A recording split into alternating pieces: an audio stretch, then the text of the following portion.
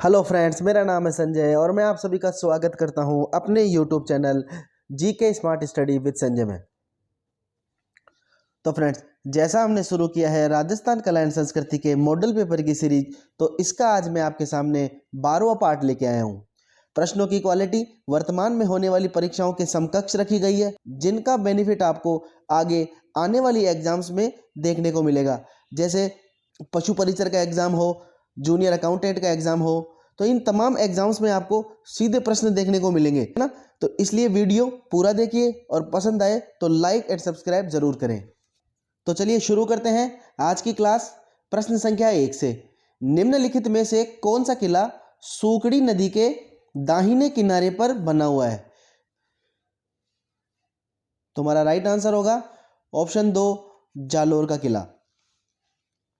अब जालोर के किले से एक प्रश्न यह भी पूछा जाता है, तो यह भी हमें समझ लेते हैं। तो इसमें प्रश्न पूछा जाता है कि ऐसा किला जिसका दरवाजा कोई आक्रमणकारी नहीं खोल सका है।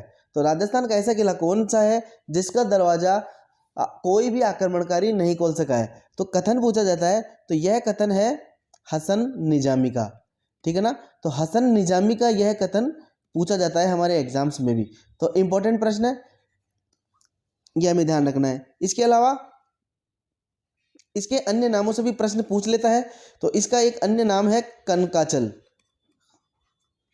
कनकाचल इसका एक अन्य नाम है, इससे भी प्रश्न पूछ लेते हैं। इसके अलावा इसे सुवर्णगिरी भी कहते हैं, सुवर्णगिरी भी कहते हैं इसे, कनकाचल भी कहते हैं, जालोर का किला भी कहते हैं। एक इसके निर्माता से प्रश्न पूछ लिया जाता है, इसके निर्माणकर्ता कौन थे, इसके निर्माता कौन थे? तो परमार राजा, परमार जो राजा थे वे इसके निर्माता थे।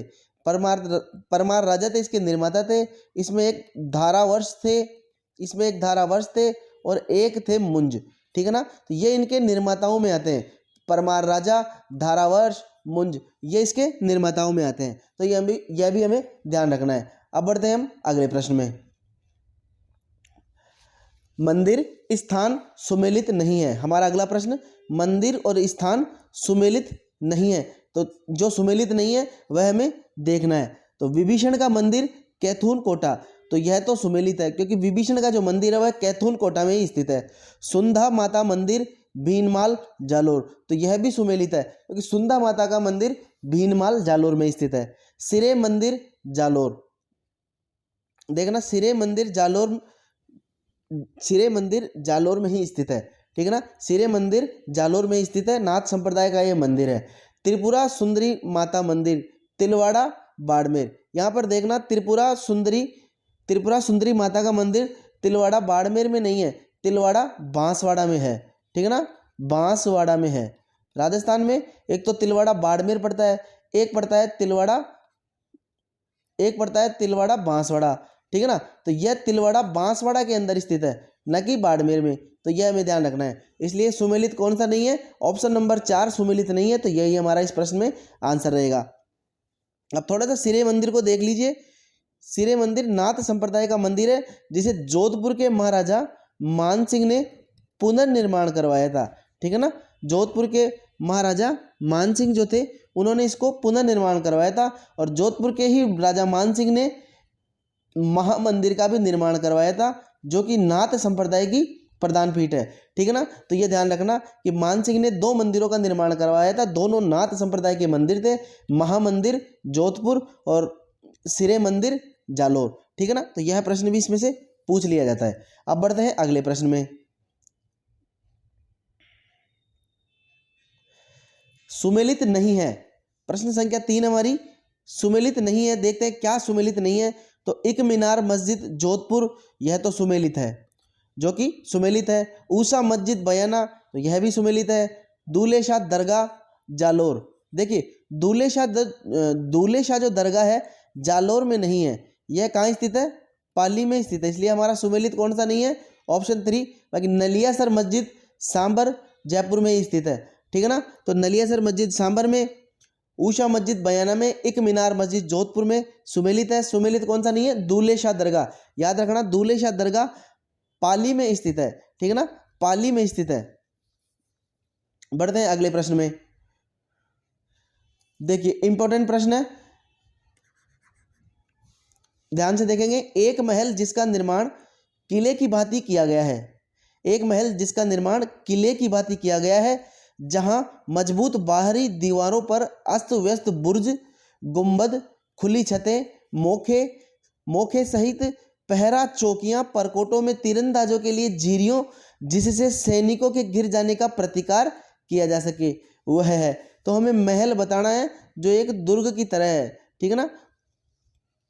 तो इसमें हमारा राइट आंसर होगा ऑप्शन 2, जूना पैलेस डूंगरपुर। तो जूना पैलेस डूंगरपुर जो कि 7 मंजिला है और यह महल दुर्ग के जैसे है, ठीक है ना, दुर्ग के जैसे यह एक महल है। तो यह हमें ध्यान रखना है, इसे महारावल वीर सिंह द्वारा बनवाया गया था, ठीक है ना, महारावल वीर सिंह द्वारा बनवाया गया था। तो यह भी इसमें ध्यान रखना है कि किसके द्वारा यह बनवाया गया था, तो महारावल वीर सिंह द्वारा बनवाया गया था। किसके लिए यह प्रसिद्ध है, तो भित्ति चित्रों के लिए यह प्रसिद्ध है ना, भित्ति चित्रों के लिए भी यह प्रसिद्ध है। तो यह भी हमें ध्यान रखना है। अब बढ़ते हैं अगले प्रश्न में। प्रश्न संख्या 5, गेटोर स्थित कछवाहा शासकों की छतरियां किस किले की तलहटी में मिलती हैं। तो हमें बताना है कि कछवाहा शासकों की छतरियां किस किले की तलहटी में मिलती है। तो हमारा राइट आंसर होगा ऑप्शन 2, नाहरगढ़ दुर्ग की तलहटी में। बढ़ते हैं अगले प्रश्न में। भित्ति चित्रण की दृष्टि से कहाँ की हवेलियां प्रसिद्ध है। तो भित्ति चित्रण की दृष्टि से शेखावाटी की हवेलियां प्रसिद्ध है। तो यह हमें ध्यान रखना है, शेखावाटी की हवेलियां भित्ति चित्रण की दृष्टि से राजस्थान में प्रसिद्ध है। बढ़ते हैं अगले प्रश्न में। प्रश्न संख्या 7 हमारी, दूध बावड़ी कहाँ स्थित है। देखिए ये भी इंपॉर्टेंट प्रश्न हमारा, दूध बावड़ी कहाँ स्थित है। तो दूध बावड़ी हमारी स्थित है माउंट आबू में, ठीक है ना। तो हमारा राइट आंसर होगा ऑप्शन 4, माउंट आबू। दूध बावड़ी माउंट आबू में स्थित है। बढ़ते हैं अगले प्रश्न में। प्रश्न संख्या 9, कुदरत सिंह को राजस्थान की किस हस्तकला में योगदान के लिए पद्मश्री पुरस्कार से अलंकृत किया गया था। तो हमें बताना है कि कुदरत सिंह को किस हस्तकला में योगदान के लिए पद्मश्री पुरस्कार से अलंकृत किया गया था। तो हमारा राइट आंसर होगा ऑप्शन 3, मीनाकारी में। तो हमें ध्यान रखना है कि कुदरत सिंह को मीनाकारी के उत्कृष्ट कार्य के लिए पद्मश्री पुरस्कार से अलंकृत किया गया है। तो प्रश्न पूछा जा सकता है, इंपॉर्टेंट प्रश्न है, यह हमें ध्यान रखना है। अब बढ़ते हैं अगले प्रश्न में। लोकगीत किसी संस्कृति के मुंह बोले चित्र हैं, यह कथन किसका है। लोकगीत किसी संस्कृति के मुंह बोले चित्र हैं, यह किसका कथन है। तो कथन वाले क्वेश्चन भी एग्जाम्स में काफी पूछते हैं, ठीक है ना, कि यह कथन किसका है। तो इस प्रकार के प्रश्न पूछे जाते हैं।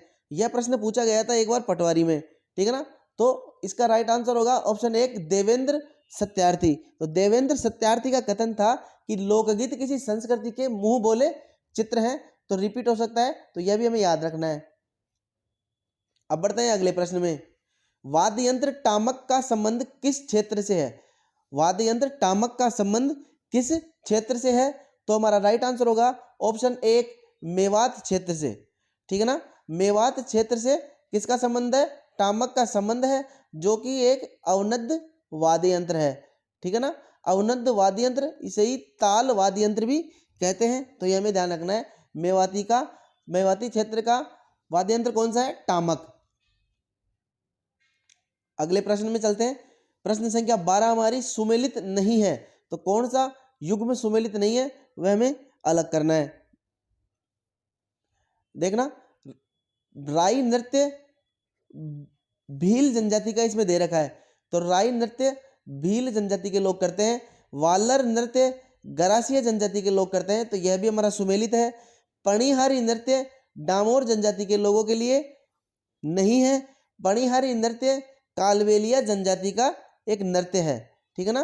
कालबेलिया जनजाति का यह नृत्य है। तो यह हमें ध्यान रखना है। हमारा युग्म कौन सा गलत है, युग्म संख्या 3 हमारा सुमेलित नहीं है। बाकी शंकरिया जो नृत्य है वह भी कालबेलियों का ही नृत्य है। अब इसमें ध्यान रखना, प्रश्न पूछा जाता है कि कालबेलियों के नृत्य कौन कौन से हैं। तो इसमें आप ध्यान रखना, एक तो इंडोनी जो नृत्य है वह कालबेलियों का नृत्य है। इसके अलावा एक शंकरिया नृत्य भी कालबेलियों का है। शंकरिया नृत्य, पणिहारी नृत्य, पणिहारी नृत्य कालबेलियों का है। एक नृत्य है बागड़िया, ठीक है ना, बागड़िया नृत्य भी कालबेलियों का है। तो ये 4 नृत्य हैं जहां से हमारे एग्जाम्स में प्रश्न पूछने की संभावना रहती है, ठीक है ना। शंकरिया जो नृत्य है कालबेलियों का, उससे प्रश्न पूछा जाता है कि यह कालबेलिया महिलाओं द्वारा किया जाता है या पुरुष द्वारा किया जाता है या युगल नृत्य है, ठीक है ना। तो शंकरिया कालबेलियों द्वारा किया जाता है और यह एक युगल नृत्य है। तो यह एक इंपॉर्टेंट प्रश्न हमारा यहाँ से बन जाता है। तो इसका हमें ध्यान रखना है शंकरिया से। जबकि बागड़िया नृत्य से भी पूछा जाता है कि बागड़िया नृत्य कालबेलियों के पुरुषों द्वारा किया जाने वाला नृत्य है या स्त्रियों द्वारा किया जाने वाला नृत्य है।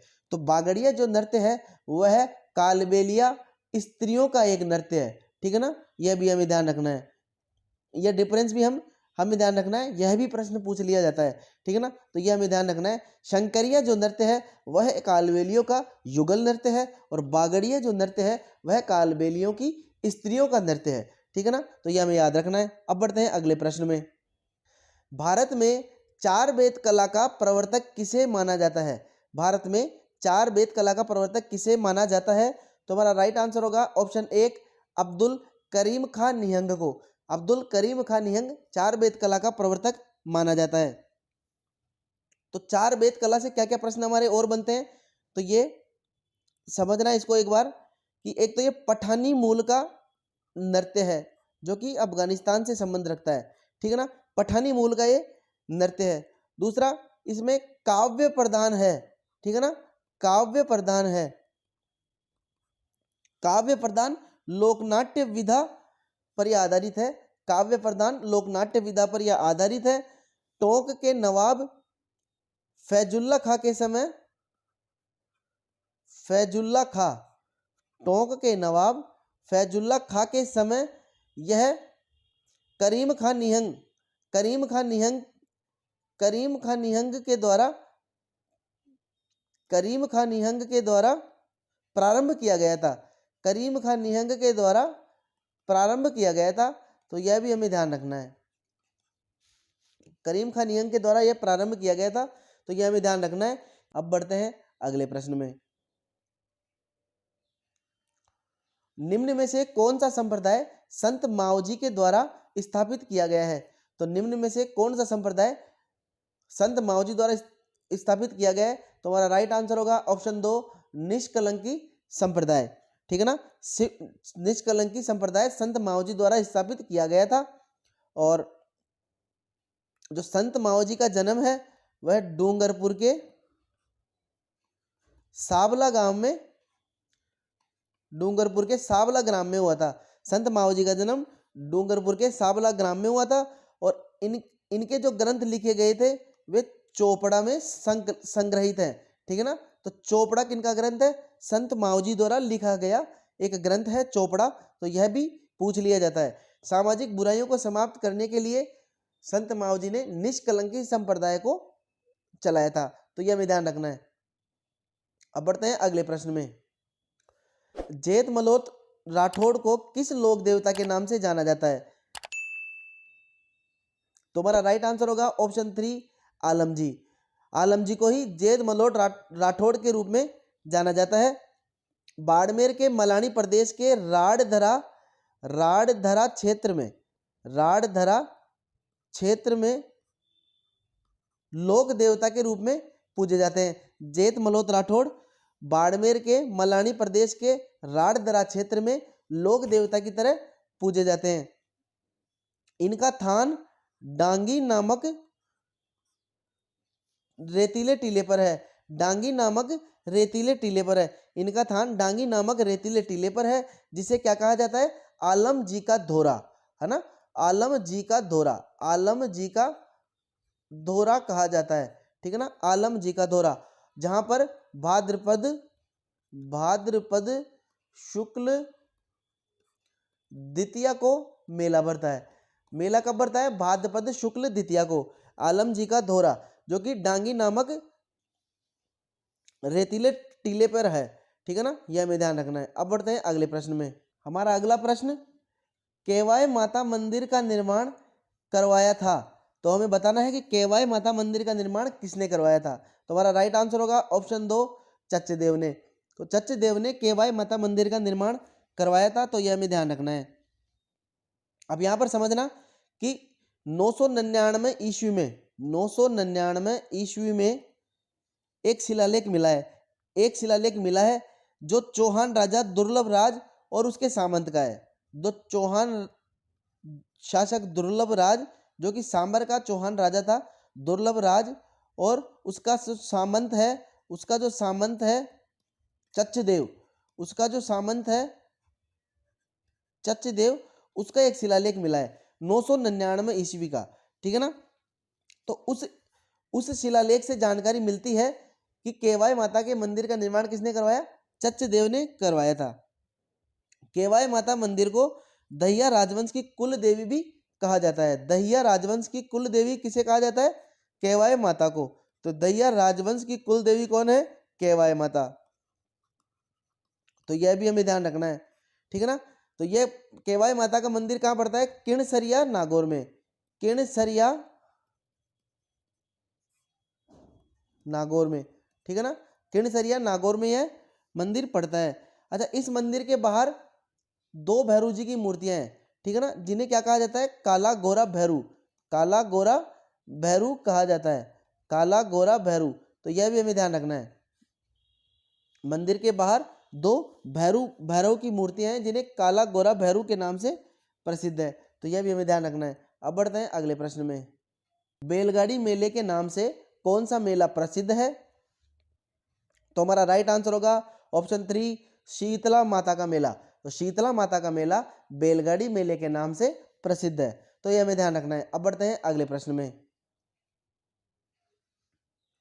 प्रश्न संख्या 18 हमारी, श्राद्ध पक्ष जिसके दौरान पूर्वजों की पूजा की जाती है, कब मनाया जाता है। श्राद्ध पक्ष कब मनाया जाता है, यह हमें बताना है। तो हमारा राइट आंसर होगा ऑप्शन 2, भाद्रपद शुक्ल पूर्णिमा से आश्विन कृष्ण अमावस्या तक, ठीक है ना। तो भाद्रपद शुक्ल पूर्णिमा से आश्विन कृष्ण अमावस्या तक श्राद्ध पक्ष मनाया जाता है। तो यह भी हमें ध्यान रखना है। अब बढ़ते हैं अगले प्रश्न में। पछेवड़ा संदर्भित है, पछेवड़ा संदर्भित है। तो पछेवड़ा परिधान से संदर्भित है, ठीक है ना। पछेवड़ा किसे कहते हैं, परिधान को। तो यह हमें ध्यान रखना है कि पछेवड़ा किसे कहते हैं, परिधान को। अब बढ़ते हैं अगले प्रश्न में। इंपॉर्टेंट प्रश्न है प्रश्न संख्या 20, ध्यान से देखना। शरीर का अंग और आभूषण सुमेलित युग्म है। हमें बताना है कि कौन सा शरीर का अंग जो आभूषण से सुमेलित है। तो सिर तावित। तो तावित कहाँ पहना जाने वाला आभूषण है, तावित सिर में ही पहने जाने वाला आभूषण है। तो यह तो हमारा सही है युग्म। युग्म नंबर 1 हमारा सही है। दूसरा युग्म हमारा गला अंगोटिया। तो यह युग्म हमारा गलत है, क्योंकि अंगोटिया कहाँ पहने जाने वाला आभूषण है, अंगोटिया कान में पहने जाने वाला आभूषण है, न कि गले में। तो यह हमारा युग्म गलत है। आगे बढ़ते हैं। कान में दे रखा है तिमणिया, जबकि तिमणिया कहाँ पहना जाता है, तिमणिया गले में पहने जाने वाला आभूषण है। तो यह भी युग्म हमारा गलत है। पैर में दे रखा है तोड़िया। तो तोड़िया कहाँ पहने जाने वाला आभूषण है, तोड़िया पैर में ही पहना जाता है, पैर का ही यह एक आभूषण है। तो यह युग्म हमारा सही है। इसलिए हमारे युग्म 2 और युग्म 3 हमारा गलत है। मिलान करते हैं।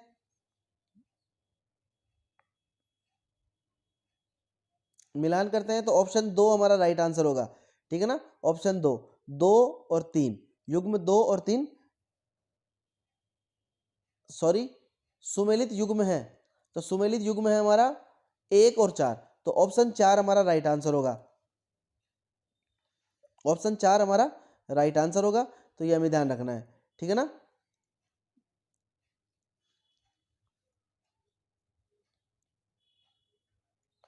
अब बढ़ते हैं अगले प्रश्न में।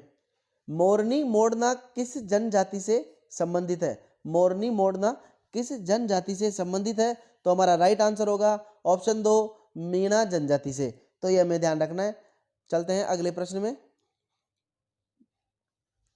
विवाह के दूसरे दिन वर पक्ष द्वारा नव दंपति के लिए आशीर्वाद समारोह व प्रतिभोज को क्या कहते हैं? क्या कहते हैं? तो अभी शादियों का सीजन चल रहा है, तो आपको बताना है कि विवाह के दूसरे दिन वर पक्ष द्वारा नव दंपति के लिए जो आशीर्वाद प्रतिभोज दिया जाता है उसे क्या कहते हैं? तो हमारा राइट आंसर होगा ऑप्शन 2 बढ़ार। ठीक है ना? तो बढ़ार को क्या कहते हैं? रिसेप्शन कहते हैं। तो ये हमें ध्यान रखना है। चलते हैं अगले प्रश्न में। प्रश्न संख्या 23, राजस्थान में पर्यटन को उद्योग का दर्जा किस वर्ष में मिला? तो हमें बताना है कि किस वर्ष में उद्योग का दर्जा दिया गया पर्यटन को राजस्थान में। तो राइट आंसर होगा हमारा ऑप्शन 1 1989 में। याद रख लेना, प्रश्न पूछा जा सकता है कि उद्योग का दर्जा किस वर्ष में मिला राजस्थान में पर्यटन को। ठीक है ना? तो ये हमें ध्यान रखना है। अब बढ़ते हैं अगले प्रश्न में। राजावाटी एवं नागरचोल किसकी उपबोलियां हैं? राजावाटी और नागरचोल किस बोली की उपबोलियां हैं? तो हमारा राइट आंसर होगा ऑप्शन 2 ढूंढानी बोली की। तो हमें ध्यान रखना है कि राजावाटी, नागरचोल, ढूंढानी बोली की उपबोलियां हैं। तो याद रह जाएगा।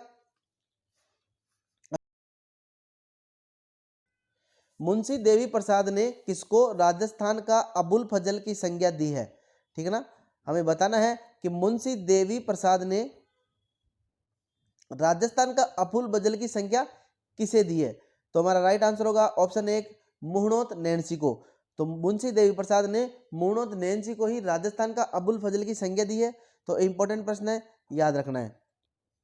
एक तो इसमें यह ध्यान रखना है। ठीक है ना? मुहणोत नैन्सी के बारे में आपको बता दें कि ये मारवाड़ शासक जसवंत सिंह प्रथम के दीवान थे। किसके दीवान थे? महाराजा जसवंत सिंह के। तो यह भी आपको ध्यान रखना है कि महाराजा जसवंत सिंह के ये दीवान थे। ठीक है ना? मुहणोत नैन्सी ने 2 बड़े ग्रंथ लिखे थे, तो इनका भी ध्यान रखना है। इनसे भी प्रश्न पूछ लिया जाता है, जिसमें एक है मुहणोत नैनसिरी ख्यात। मुहणोत नैनसिरी ख्यात, इसके बारे में ध्यान रखना कि ये राजस्थान की सबसे प्राचीन ख्यात है। राजस्थान की सबसे प्राचीन ख्यात है। तो राजस्थान की सबसे प्राचीन ख्यात कौन सी है और विश्वसनीय भी? तो मुहणोत नैनसी की ख्यात ही राजस्थान की सबसे प्राचीन ख्यात है। तो एक तो आपको यह ध्यान रखना है मुहणोत नैनसी से।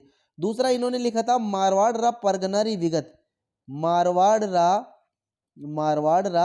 परगनारी विगत।